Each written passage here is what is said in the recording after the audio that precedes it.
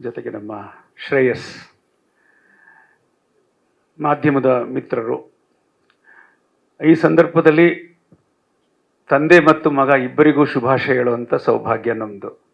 ಮಗನಿಗೆ ಹೆಸರಲ್ಲೇ ಶ್ರೇಯಸ್ಸಿದೆ. ಆ ಹೆಸರು ನಿಜವಾಗಲಿ ಅವನ ವೃತ್ತಿ ಜೀವನದಲ್ಲಿ ಮುಂದೆ. ಮಂಜು ನನ್ನ ಅತ್ಯಂತ ಪ್ರೀತಿಯ ಶಿಷ್ಯ. 2 ಚಿತ್ರಗಳನ್ನು ಅವ್ರ ಜೊತೆ ಮಾಡುವಂಥ ಸೌಭಾಗ್ಯ ಸಿಕ್ಕಿತ್ತು. ಅದರಲ್ಲಿ ವಿಷ್ಣುವರ್ಧನ್ ಸರ್ ಜೊತೆಗೆ ಸುದೀಪ್ ಅಭಿನಯಿಸಿದಂಥ ಮಾತಾಡ್ ಮಲ್ಲಿಗೆ ಚಿತ್ರ. ಅದಾದ ಮೇಲೆ ಮತ್ತೆ ನಾವು 2ನೇ ಚಿತ್ರ ಒಲವೇ ಜೀವನ ಲೆಕ್ಕಾಚಾರ ಮಾಡಿದ್ವಿ, ಕಿಟ್ಟಿ ಮತ್ತು ರಾಧಿಕಾ ಪಂಡಿತ್ ಅವರ ಕಾಂಬಿನೇಷನಲ್ಲಿ. ಇದೀಗ 3ನೇ ಚಿತ್ರದ ತಯಾರಿಯಲ್ಲಿ ಹ್ಯಾಟ್ರಿಕ್ ಸಿನಿಮಾ ಮಾಡಬೇಕು ಅಂತ ನಾನು ಮಂಜು ಪ್ರಯತ್ನದಲ್ಲಿದ್ದೀವಿ.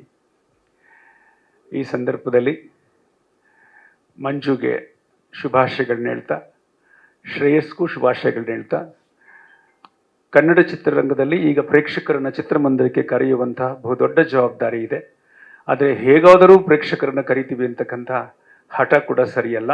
ಅವರಿಗೆ ನಿರ್ದಿಷ್ಟ ಕಾರಣ, ನಿರ್ದಿಷ್ಟ ಉದ್ದೇಶ ಇದ್ದರೆ ಮಾತ್ರ ಚಿತ್ರಮಂದಿರಕ್ಕೆ ಬರ್ತೀವಿ ಅಂತ ಹೇಳಿ ಹಠಕ್ಕೆ ತೊಟ್ಟ ಹಾಗೆ ಕಾಣಿಸುತ್ತೆ.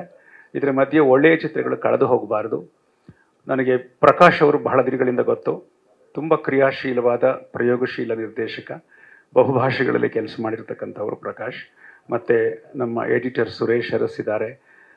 ನಾಗೇಂದ್ರ ಪ್ರಸಾದ್ ಅವರ ಸಾಹಿತ್ಯ ಇದೆ, ಒಳ್ಳೆಯ ಛಾಯಾಗ್ರಹಣ ಇದೆ. ಈ ಥರದ ದೃಶ್ಯ ಕಾವ್ಯಗಳನ್ನು ಜನ ಒಪ್ಪಿಕೊಳ್ಳಿ, ಪ್ರೀತಿಸಲಿ, ಶ್ರೇಯಸ್ಸು ಸಿಗಲಿ ಅಂತ ಹೇಳಿ ಹಾರೈಸ್ತಾ ಮಂಜುಗೆ ಜನ್ಮದಿನದ ಶುಭಾಶಯಗಳನ್ನು ಹೇಳ್ತೇನೆ.